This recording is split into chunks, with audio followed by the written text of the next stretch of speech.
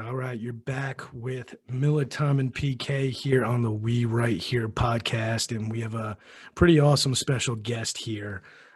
He goes by the name of Kenneth Myers Jr. But if you don't know that name, I suggest you go over to Instagram, and you'll find that this man is followed by over 100,000 people, and goes by the name of Mr. Unloved Ones. I'm going to call him a sneaker influencer and clothing designer, but I'm pretty sure he's just going to want to be known as a sneakerhead. But Ken, thanks for joining us, man. I appreciate you. You're welcome, man. It's a pleasure, man. Pleasure to be here. So I got to start with the name, such a unique name, Mr. Unloved Ones. Right, right, right. What are the origins of that name, and how'd you come up with that? Double entendre. The first meaning is I had a love. I still do, but I had a love for a lot of shoes that people just could not stand. They really had a distaste for everything that I was posting or everything that I was just so happy to have.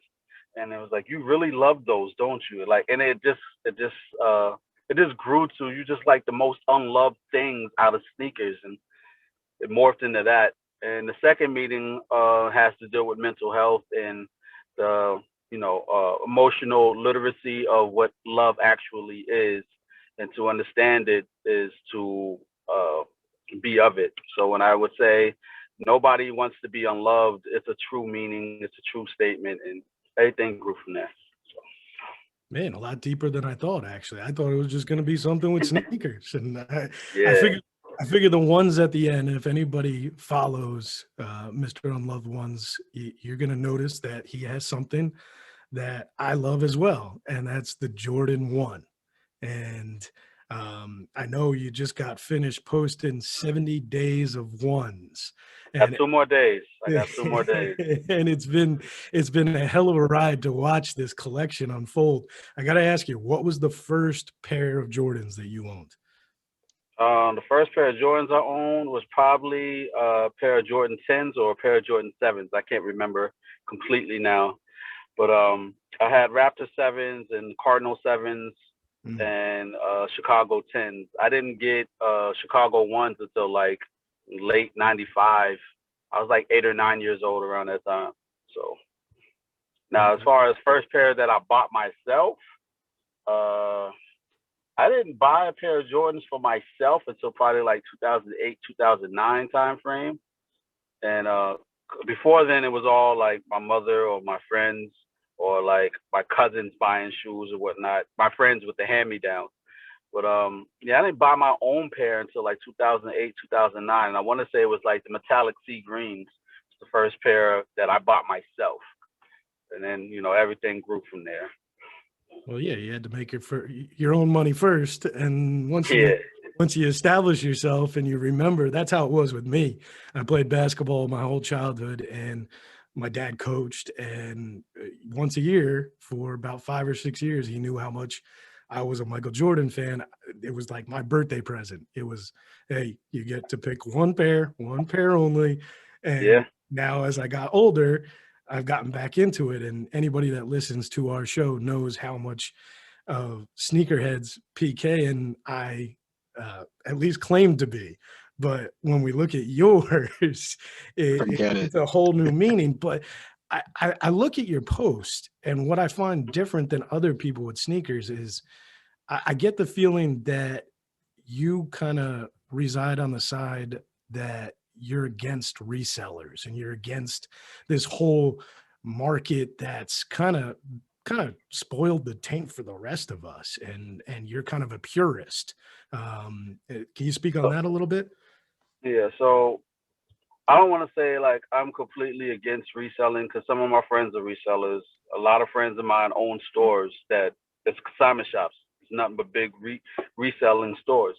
But what I am against is uh, the greed of it all, Mhm. the excessiveness of it. Um, Even on the other side of the elitist aspect, where people feel like they're superior because they're able to get what they can get to resell, that I'm against.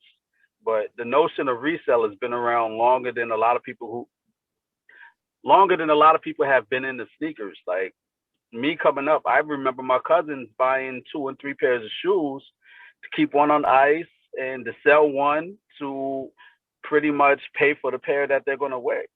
Like that notion has been around forever. Um, but as far as like the new, I don't even want to say new resale because it's not new resale. It's just people have, it's gotten mainstream.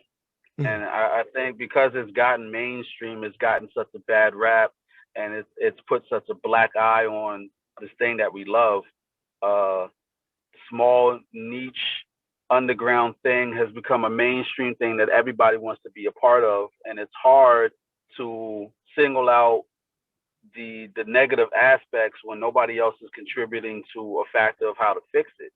So I can't completely say I hate resellers or anything like that. Again, it all boils down to I don't like the excessiveness and the elitism of a lot of the resellers that are out there. Sorry for being long-winded. Not at all. Not at all. That's why you're here. We want to hear what you've got to say, authentic opinions for sure. So to that point, then let me ask you a question. How would you change the sneaker game? How would you change it as far as the logistics, the distribution, the exclusivity of the releases, the kind of madness around it, and how it seems to be something that it's almost like we all want the golden ticket, but there was only a few golden tickets printed. So kind of how would you change it? If you're appointed to top of the sneaker game, what kind of changes are you making? Shout out to Frank Cooker. He said this probably not even a day or two ago.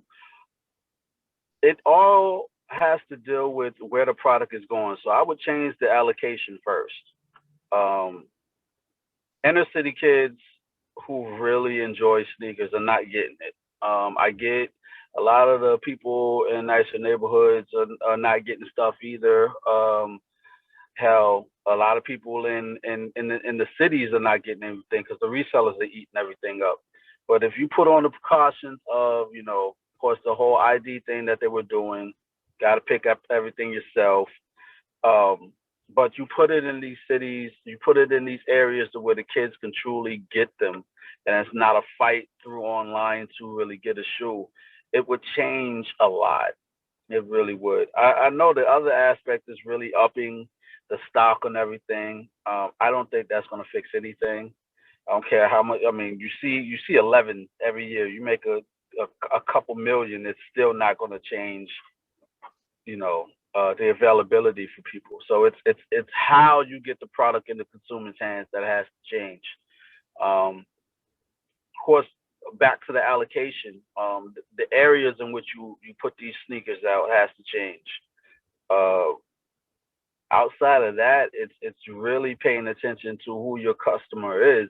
I mean, in marketing, when they break everything down, like they know who they're targeting, and I know the bottom line for a lot of these brands is to sell out. So it's like they're not going to change but so much because they're selling out. If it ain't broke, don't fix it. It's broke to us because we can't get it, but to them, Right. it's they're selling through the roof. And that's not just Nike, Jordan Brand, or whatnot. Adidas, New Balance, Saucony. Like a lot of these brands are selling out. I mean, partially due to the pandemic, and we can't go nowhere, and kids are home, and I mean, even college kids are home right now, with nothing to do but surf the internet and wait for these drops. I think once drop culture is done, because that's going to happen. That's going to happen soon. When everything really is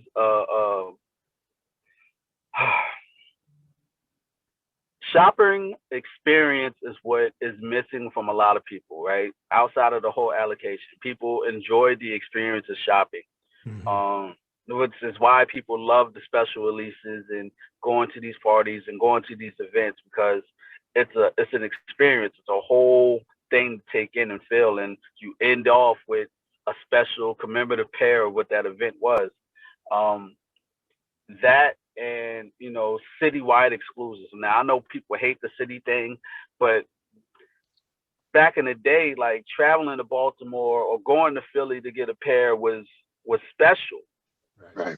And you know, again, like a lot of these things that I'm talking about now is nostalgic, but the bubble is gonna pop. It's going to pop. And although the change might not be felt immediate, it's going to happen. It's not going to be this sigh of relief for the consumer, but it is going to be that way for the brands because then they're going to have a time to reevaluate how they're going to distribute product. And I hope what I said a couple of minutes ago, as far as putting it in the inner cities and getting it to the consumers that you know they're targeting, truly happens. So. Wow, let me look. That was thorough. Let me ask you about your thoughts on. I read a lot of your posts, your captions from the moment that Miller Time put me on to you.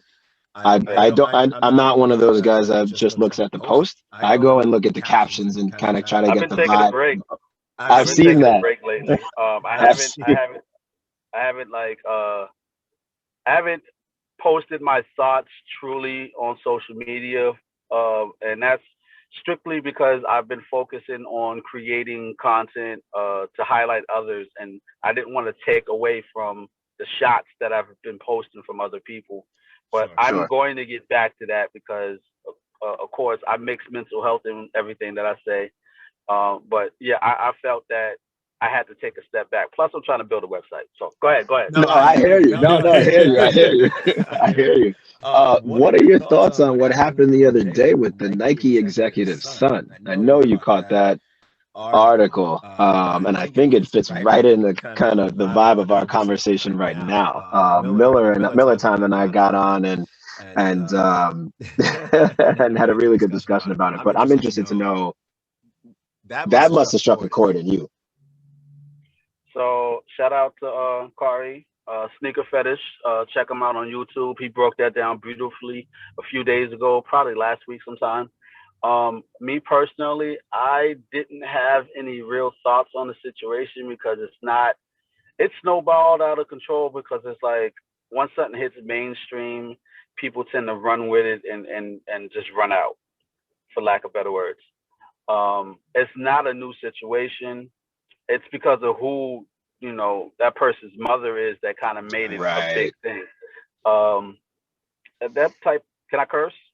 You speak freely. That type of shit happens a lot more often than people know. Like way more often than people know. It's just like the same thing with people are mad at Marcus. Do you really think Marcus Jordan was backdooring those pairs?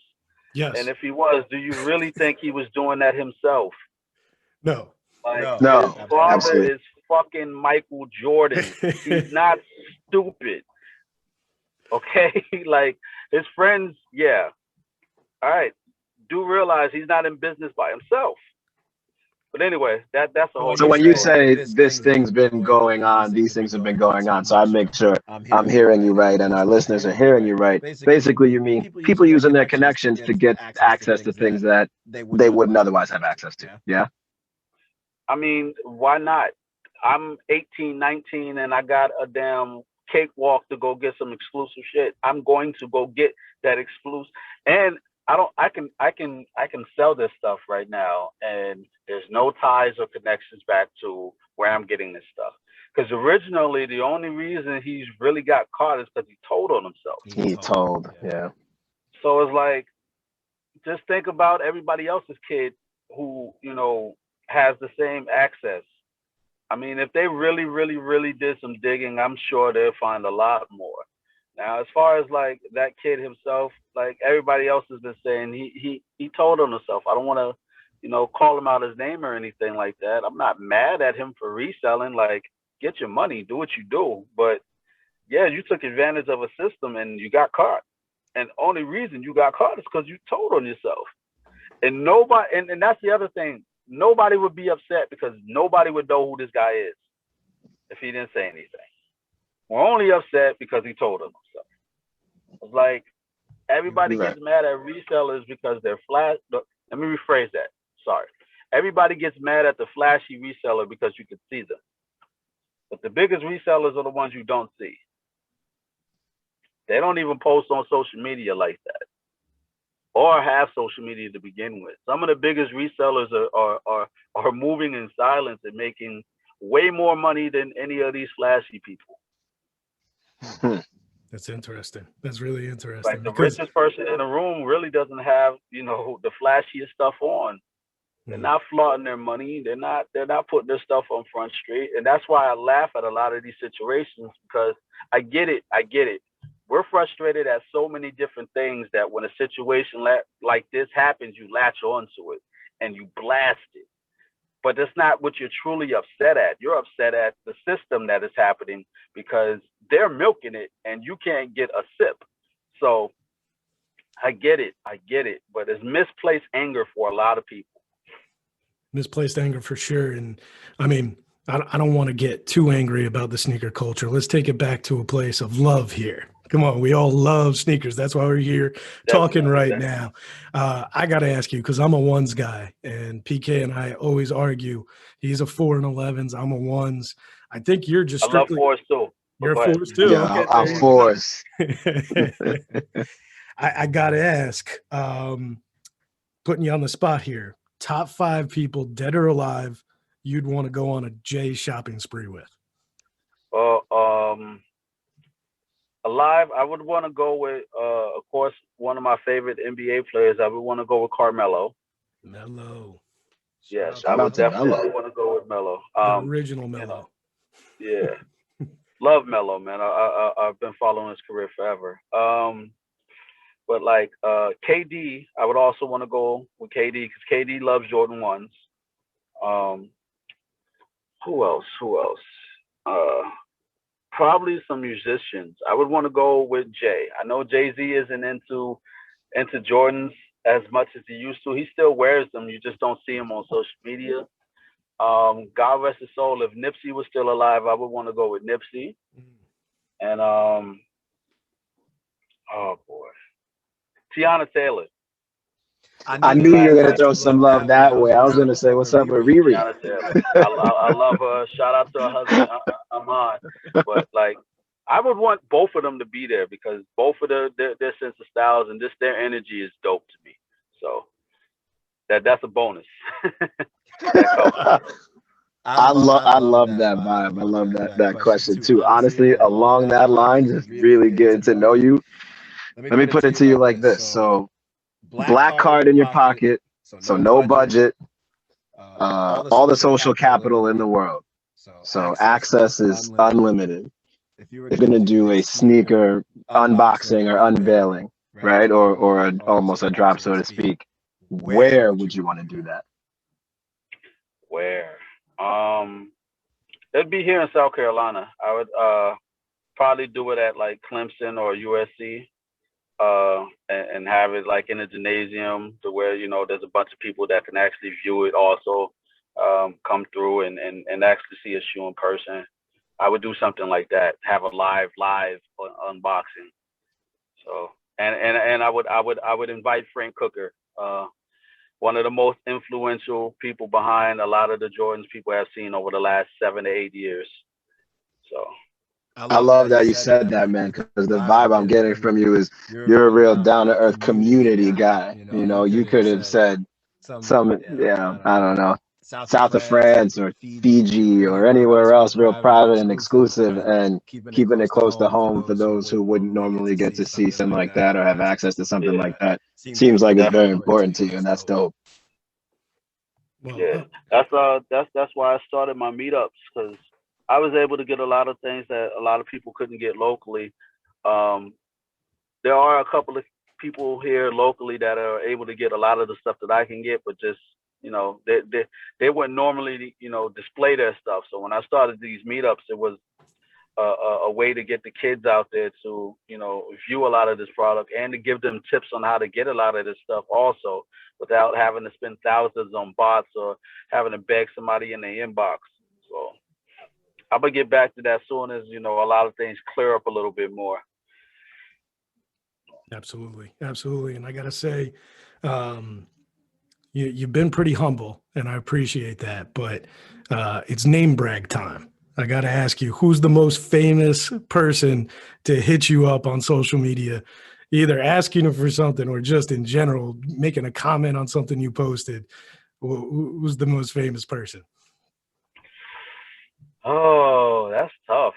Because I talk to wrestlers, there's NBA players, there's the designers, there's Give me a name. oh, Give me some names. Give me some names. Yeah, we want the name. I spoke to Clark. I spoke to DJ Clark Kent. I've spoke to Don C. Um, Nigel, Nigel Sylvester. Boy, who else has commented on some of my pages? Oh boy. The rapper list is a little bit better. You know, Jim Jones, Jadakiss. Uh, Shout out to Jada, yeah. 914. Shout out to Wayno. Um, it's crazy because there's more stuff behind the scenes than there is like on social media. Because like the people who hit my DMs is I can't like go into that fully, but like because they would rather, hey yo, let me get your number Right. versus keeping it on social media or whatnot. And then it's like the other thing is like their publicist or agent or stylist or something like that will hit me, and you don't know who that person is until you get that call. And you're on the phone with them like, oh, hey, FaceTime to somebody. You're like, hey, what's going on? Oh, hey, yo, can I get help with this? For sure, got you. But yeah, that type of stuff. Although that doesn't happen like it used to, because I think a lot of people already got their connects and whatnot. More so now, they're just following because they're fans. They know me or they know my family members. So a lot of that stuff happened because of family members who are in the industry, which I would not say because they would kill me. Anybody ever send you a pair of shoes? Yeah. Just about everything I got on the side of me has been sent either by Jordan Brand or by stores that I'm sponsored by. Damn. We want that. We want that life. We'll trade you that. Everybody wants that life, man. Right. These. This was a Jordan Brand. This was a Jordan Brand Beautiful. gift. That was a Jordan Brand gift. Those were the I love those. OG breads. Yeah. Actually, these are the 85s. 85. Beautiful. He's just showing us in Zoom shoe after shoe, people. Another Jordan Brand gift. Damn. Hit the jackpot. Just riding in the car with all these. You're like a mobile shoe store right now. Wow. Which one is that right there? These are the Jordan 1 Center Courts. This was in the that was in the documentary. This was the pair that MJ was wearing in the doc. Awesome. So let me ask you a question. I feel like I may know where you're going with this. You would go with it. So I almost don't want to ask it, but I feel like your response would be something like whatever shoe you feel passionate about or connected to. But give some advice to our listeners who maybe aren't quite sneakerheads, but are looking to maybe build a respectable J's collection. There's so many to choose from, right? You could get lost looking at Jordans. What are some staple J's where you're like, all right, these are must-haves, these are must-haves, where you might be? First, I would tell them stick to a budget. Don't go outside your budget. Don't go outside your spending limit. Shout out to my wife. But like as far as like must-haves for me, like pair of Jordan 3s always. Doesn't matter if you get white cements or black cement. That's always a staple. Chicago tools. Chicago tools are a comfortable sneaker and a nice looking sneaker if you have the right pants on. Those are staples. I would tell them to stick with something more low cut if they're not into like having their ankles hugged or bled, depending on the model. Jordan 9s, get a pair of cool grays, like just a lot of stuff that is easy to wear. And I would tell them to stick to a color palette, like find a color palette.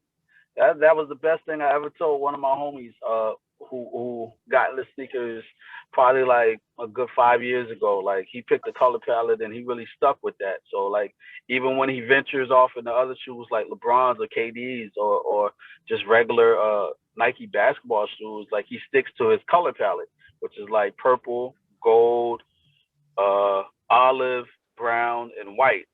And then I think like black and white. He does not go outside of that. So like everything he gets has like stays in that. And his collection is pretty decent and dope because of it. Because for one, he's not going after everything that's dropping, and he doesn't care if it's limited or not. Like if it's his color palette, that's all he's going after. And I've been on the same wavelength. I mean, outside, I'm getting what I want. My color palette is red and white and UNC and white. So anything UNC comes out, I'm going for it. And anything Like those red and fours white, coming soon. Woo!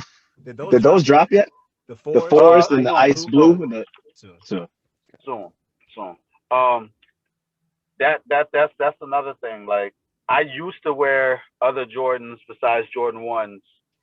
But I have not worn another Jordan outside of a Jordan 1 since 2012. Okay. He's on your team, Miller Time. Yeah, man. I got nothing else. Yeah, man. Hey, I mean, more than anything, it's what you like. That's what the culture should be. It's whatever you like, whatever personally makes you happy. That's what it should be all about. It shouldn't be about, hey, I look cool. I've got the newest drop. It should just be like, this is my style. This is personal to me, and this is why I like it.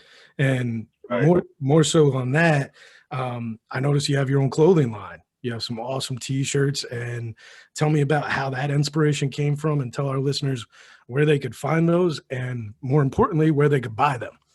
Yeah, shout out to my cousin Sharif. He houses all of my merchandise. Currently, we're only doing my old school logo, which is this. We only have 2 colors right now. We'll probably get back to doing all these colors. You can find it on geekonomics.com. But currently, outside of that, I'm doing. So last year, my wife had this idea for me to start working with smaller brands and to highlight them on my platform by doing a collab with them that will showcase their ability to create and put out merch, right? So this year, I chose 8 different brands to do a collab with every month, up until like November, December timeframe. I think I don't know. I forgot exactly how we spread it out, but everything is already scheduled. So each collab that I'm doing was with somebody new, a different city, different brand. It could be a hoodie, it could be a tee, it could be a whole capsule of merchandise. And I'm giving each of these people, each of these brands the opportunity to, either tweak one of my designs or we have an idea together and put out a pre-order. That way there's no money being spent on the brand's behalf and I don't have to put out anything and everything can get split down the middle. Most of my proceeds are going towards mental health and organizations of my choice, and they're getting, the free promo for their brand. So this year, I'm not pushing my brand as hard as I was last year. My brand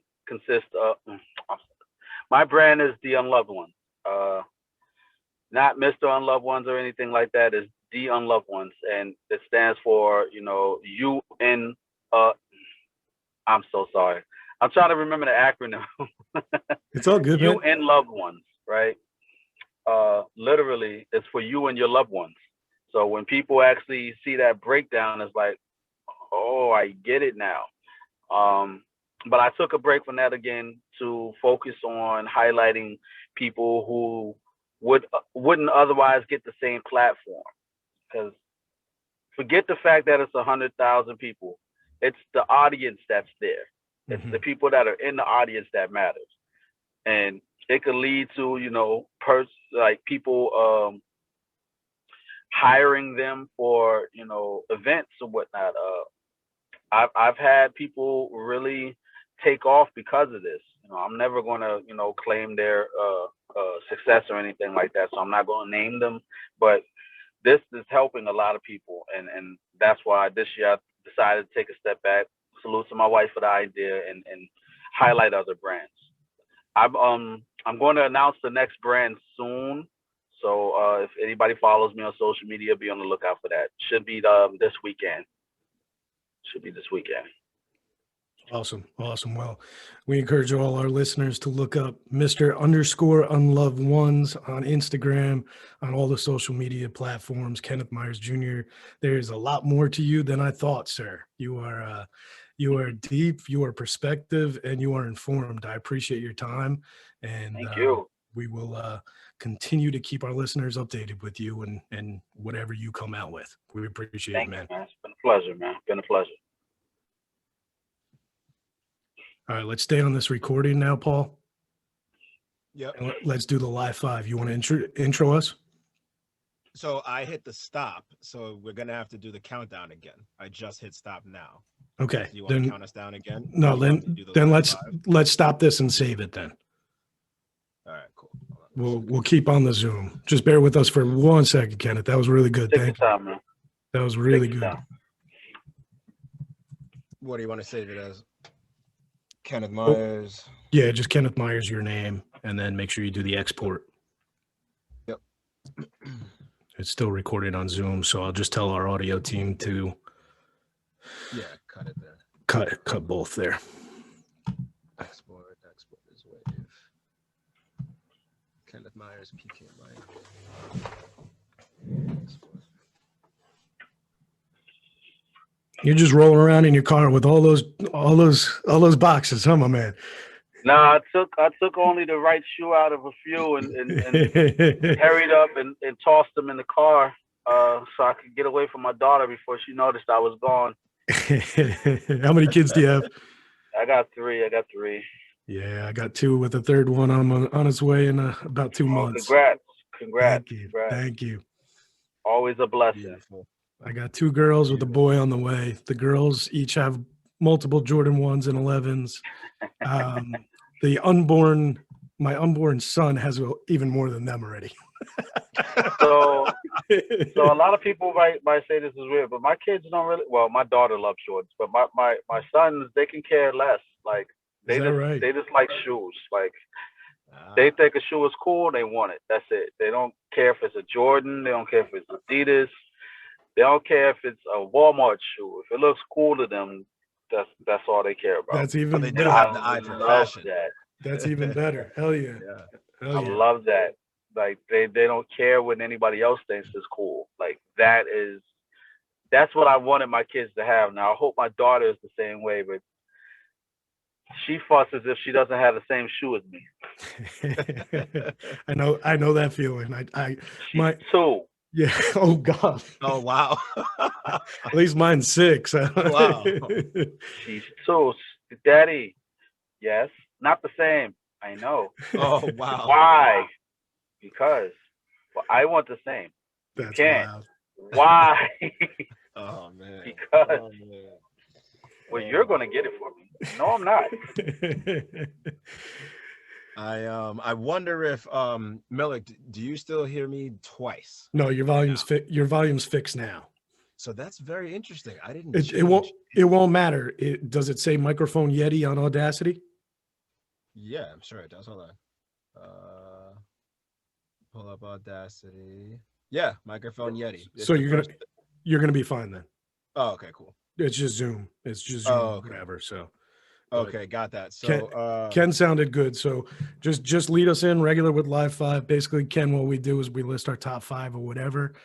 We start at 5 and work our way up. So PK will go, you'll go, I'll go, 4, 3, and so on. do we need to do the welcome back to We Right Here the podcast, or does that clip in? However you want to do it. However you want to do it. All right. So Are you gonna count us down? Yeah. 3, 2, 1. Welcome back to We Right Here the podcast with Miller Time and PK. It's time for the live 5 Sneakerhead Edition, favorite Jordans of all time. Let's get it. Yeah. So we're here with Kenneth Myers, sneaker aficionado, expert, fashion designer, mental health advocate, Jordan 1 advocate, But we're gonna do our live 5 favorite Jordans of all time. I think I'm gonna throw out my favorite my favorite Jordan first, and that's gonna be the Jordan 1 OG Breads. I will give Miller Time and Ken their one spot on my list for a Jordan 1. I will invite Miller Time or Ken to jump in and share their thoughts with their number 5. Number 5. Number 5 for me, I want to go with Raptor 7s for my number 5. 5 always changes because there's always a 7, but the 7 always changes for me depending on, the year actually. So There we go. And I encourage all the listeners to have your Google ready so that you could take a look at each one of these as we say it. My number 5 is actually the only non-number 1 on my list, and it's one I think that's kind of underrated. But Ticker Hatfield Cement Black 3s. Man, every time I wear these, they're kind of my beater shoe, believe it or not. I mean, I keep them really clean, but they tend to be the one that I like wear around just regular day stuff, not really paired like fashion to go out or anything. And on the same flip side, it's the one that people kind of notice the most. And they're like, I step into a store or something, like, yeah, I like your kicks, man. So that's number 5 on my list. nice. No doubt. We could do it. We'll do it almost like a draft style. So Ken, Miller Time, you went last for the number 5. Why don't you take us to your number 4? Then we'll go Ken, then me. All right. My number 4 is the Travis Scott ones. I know, man, they're sought after. I know all the hype behind them and stuff, but that swoosh in the opposite direction, dip down low, and the brown, and I like it with the pink laces. That I don't care about the hype or whatever. Those are hard, man. Nice, Shout out to nice. Travis Scott. So people are gonna be well, if you follow me, you're not gonna be shocked. But my top 5 only has one Jordan 1 on that list. But we're not gonna get to that just yet. My number 4 on my list is a Jordan 5, the green beans. Ooh. Yeah, lifestyle models. That was one of my favorite pairs, and back in the day. And I just, if I was still buying outside Jordans, that would be one that would definitely be back in the possession of me. Tough.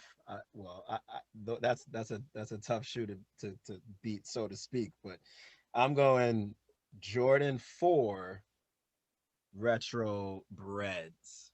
Those for me are so clean. Most of the shoe is black, a little bit of red and gray on the sole, a little bit of gray mesh down by where the laces begin. I love that shoe. It's crisp, it's clean, looks great with a black pair of jeans, red fitted or red hoodie.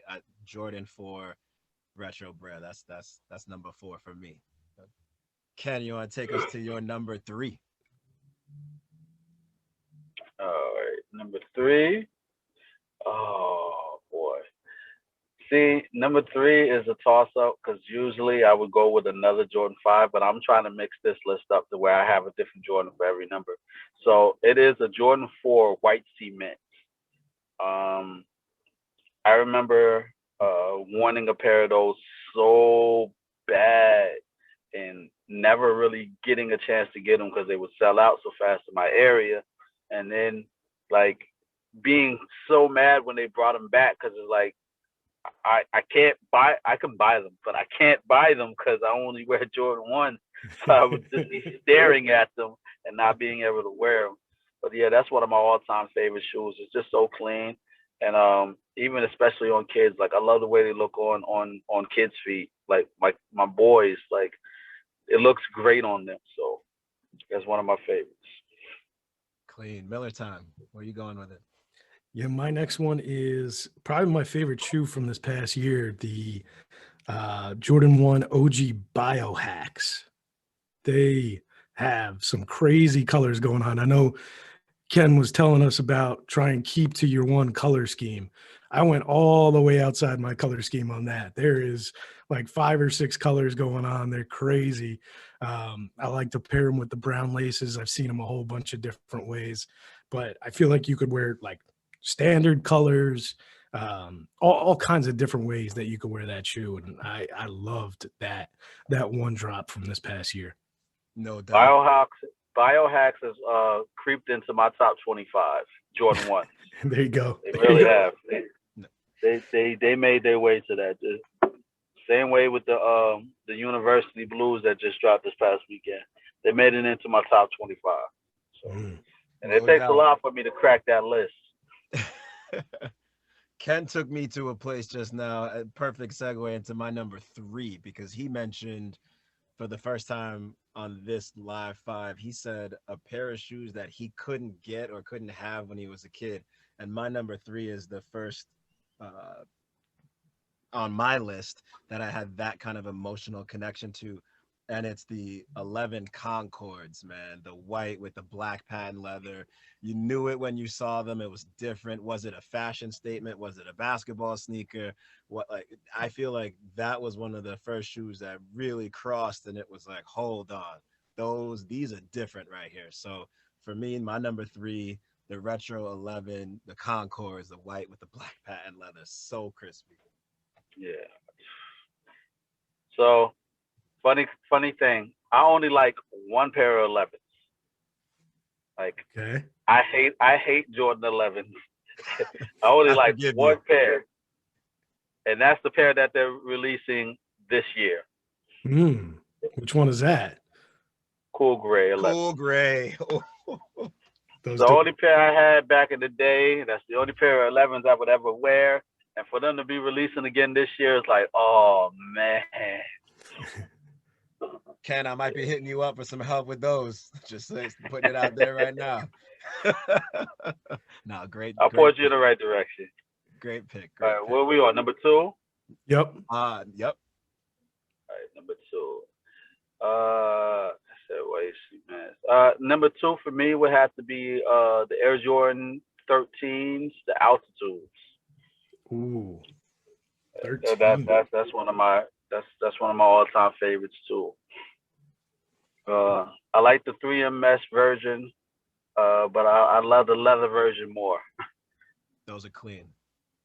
Nice. My number 2, sticking with the Jordan 1, it's the Fearless UNC Chicago's.